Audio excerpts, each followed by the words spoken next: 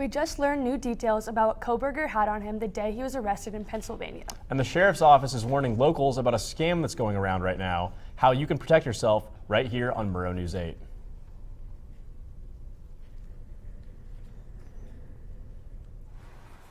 This is Murrow News 8.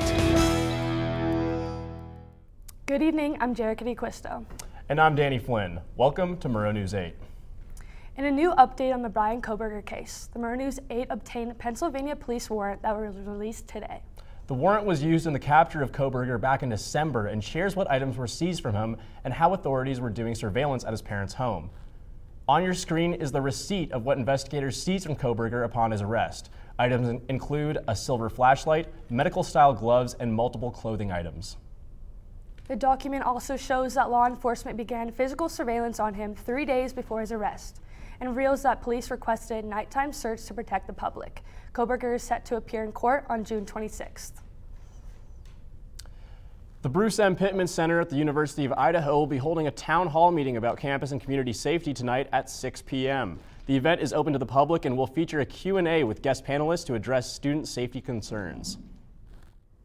Aspen Heights are canceling move-in leasings, which are delaying incoming students. We sent our reporter Karen Kincaid to check out the complex. Aspen Heights has had a lot of people are very upset about the leasing that's been going on here at Aspen Heights. The reason is because people have been paying lots of money to the area, but also they've been paying upwards of $1,400 to $2,000 in prices with the leasing, and it's been completely driving them nuts, and they haven't been able to get the money back. And we're still trying to figure out why that's going on.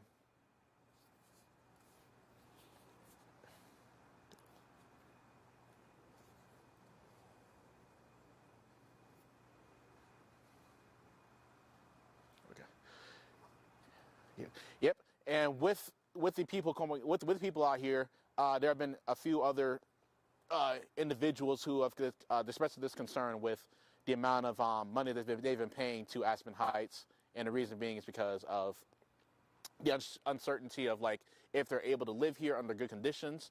The reason being is because there have been some construction issues which have led to other disasters, such as maybe loosened faucets, holes in the walls, causing lots of damage and noise, and people have been able to cancel their leases and move to either the Hills or places such as Pimlico or the Grove to substitute for living here, just due to the conditions that is going on right now. So, and we're still trying to figure out solutions of what we could do to possibly fix the situation, and we're also looking to further better the conditions for students to live in so they can be comfortable. In Pullman, I'm Carrington K with Murrow 8 News. Thanks for that, Carrington. Some residence halls on campus might be getting renovations soon, and you might be footing the bill. WSU's Residence Hall Association recently passed a bill that would delegate $750 grand a year to enhance some of the residence halls needing improvements. The money would come from a 2% increased housing fee for anyone living on a residence hall on campus. The bill is now waiting to be approved by the WSU Housing and Dining Board. In the past few weeks, the Latah County Sheriff's Office has been taking numerous calls where individuals have been blackmailed into sending large sums of money to scammers. Scammers are threatening victims by telling them that explicit photos of them will be released unless they pay the scammer. The scammer is looking to receive money in the forms of gift cards or through Cash App. The Sheriff's Office wants to remind families and friends to communicate the dangers of talking to strangers, to not send explicit pictures to anyone. Great news for Pullman-Moscow regional airport travelers. The federal government has issued another large grant to pay for an additional jetway gate. The cost for the new terminal is now up to about $90 million, with $78 million coming from the federal government. The new terminal is still expected to be open later this year or early next year. Coming up next, how to enter a drawing for free groceries for a year. I know I'm not the only one who'd love that. And after today's weather, we're all wondering if we're getting more snow. We'll have Alex and the weather ready to give us the rundown for this week.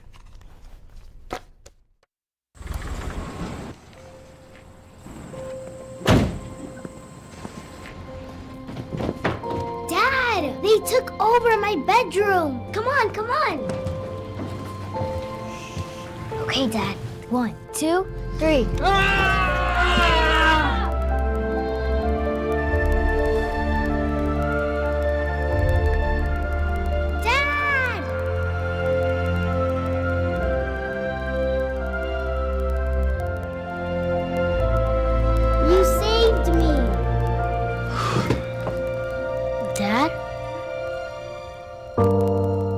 okay?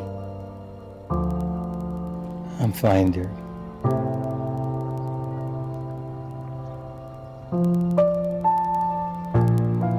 Your hero needs you now, and AARP is here to help. Find the care guides you need at aarp.org/caregiving. The Supreme Court took arguments in regards to the student loan program, which could forgive student debt to Americans. We sent out Austin Peppers for more on the story. The Student Loan Debt Relief Program is currently in the Supreme Court hearing arguments, and students react to the possibility of it being passed. I think it's great because it helps open up the opportunity for people to go to grad school and continue their education without having to worry too much about the financial issues. I agree with it. I think it's really important for students to get help with college because in other countries college is free, and I think education shouldn't be something that money is a roadblock for. I don't think it will help all students. I think we have students that are undocumented that don't have loans through the federal or the government loans. People are college students especially, they're kind of just struggling with financial. I mean, me personally, I have to work a job just so I can be able to pay rent and then on top, pay school. Reporting from Pullman, Austin Peppers, Murrow, News 8. If you give the gift of life next month, you could win the ultimate gift of free groceries for a year. All donors who give blood, platelets, or plasma at Vitalant in the month of March will be entered to win a $10,000 gift card to take home for groceries. 2 lucky winners will be chosen in April. Well, Alex, a bit of a mixed bag when it comes to the weather as of late. What can we expect in the next few days? Honestly, Danny, I'm not sure exactly what you're expecting in the next few days because it's cold. It's cold here in Pullman. Today we had the high of 37 to 40, low of 19 to 20, and we also woke up with that 2 inches of snow this morning. So, that's what we get when you base your weather on a groundhog. But let's move on to tomorrow. Tomorrow it's going to be a little bit warmer. Going to be 36 to 40 degrees, and we had a little technicalities behind me. 25 degrees is the low. So for you crazy people who like to sleep with your windows open at night, you can take the 5th blanket off, so you'll be totally fine. And we also will be seeing a little bit more sun tomorrow compared to today, where it's it's a little overcast today. Tomorrow the sun will be playing peekaboo with us tomorrow. State map. Let's go to the state map, please. State map. Western side cities. We're going to see Olympia, Seattle, Yakima, and the Tri-Cities right down here. All going to get warmer weather. When I say warmer, I don't mean California warmer. I mean Washington warmer. So you're going to see the 40s hitting. Tri-Cities down here is going to be hitting the 50s almost. Lows to the 29, 26, 22. You're going to see that weather over there. Seattle, you will be seeing rain, which I know you guys are used to that, so just continue your daily duties. Eastern side, nothing changed, still cold. Pullman, Spokane, still cold. 37, 19, 37, 15. That's what happens here. 5-day forecast, please. Let's go to 5-day. 5-day, you got Wednesday, partly cloudy, that's tomorrow, but the rest of the week, Danny, you are going to see snow. Thursday with the most prominent chance of snow with 80% chance of snow. Friday, Saturday, and Sunday, all, just snowy, cold. But that's it for me with weather in Pullman.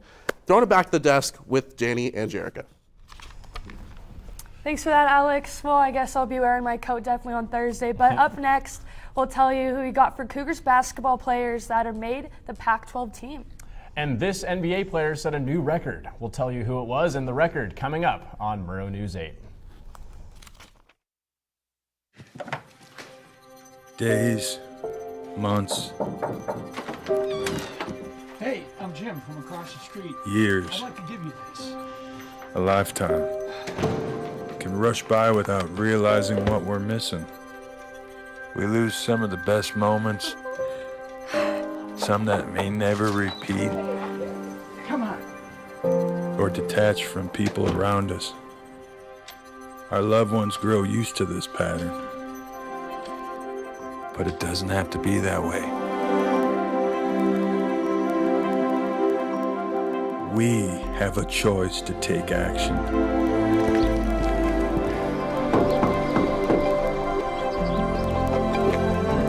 It's never too late to live a full life again. Hear how many of us Vietnam veterans have managed our mental health and reconnected with our families. Visit MakeTheConnection.net to find out more.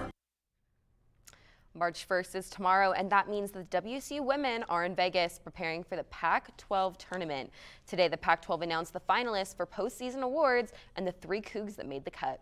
Charlize Ledger-Walker picked up her 3rd All-Pac-12 selection after an incredible season, averaging 18 points per game, the 3rd most in the conference, and 4.4 assists per game, which is the 2nd most in the Pac. Ledger-Walker also picked up an All-Pac-12 defensive team honorable mention. Bellameric Tete received an honorable mention for all Pac-12 selection after having a career-high season, scoring 13.6 per game and 7.1 rebounds. Her field goals were 5th most in the Pac-12 and was tied for 6th most double-doubles in the conference. Freshman Esther Tuhina earned an all-Pac-12 freshman teen honorable mention for her impressive reserve role through the season. Damian Lillard created an NBA record in a freakish display of athleticism Sunday night against the Rockets after scoring 71 points, including 13 three-pointers. This is the most points a player has scored this season, and Lillard is one of 8 players in NBA history to score more than 70 points in a game. He also joins Wilt Chamberlain and Kobe Bryant as the only players to score over 60 in 5 or more games in a season. But Lillard is the only player in the league history to score at least 60 points and make at least 10 three-pointers in a single game. We're celebrating a big day in basketball history today. We'll tell you why soon on Murrow News 8.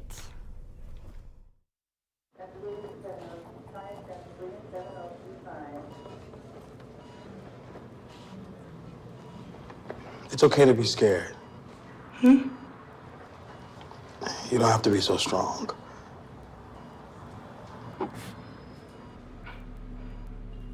Strength is not optional. This is my mother, my purpose. Real muscle is lifting her spirits between bedpans and bad news from doctors that doubt her strength. Strength is buried in bills, managing meds, and swallowing those moments of, Mom, it's me, your daughter. Remember? My strength is super, but I'm still human, right? Look who's here. There she is. Thanks for your patience. How you feel?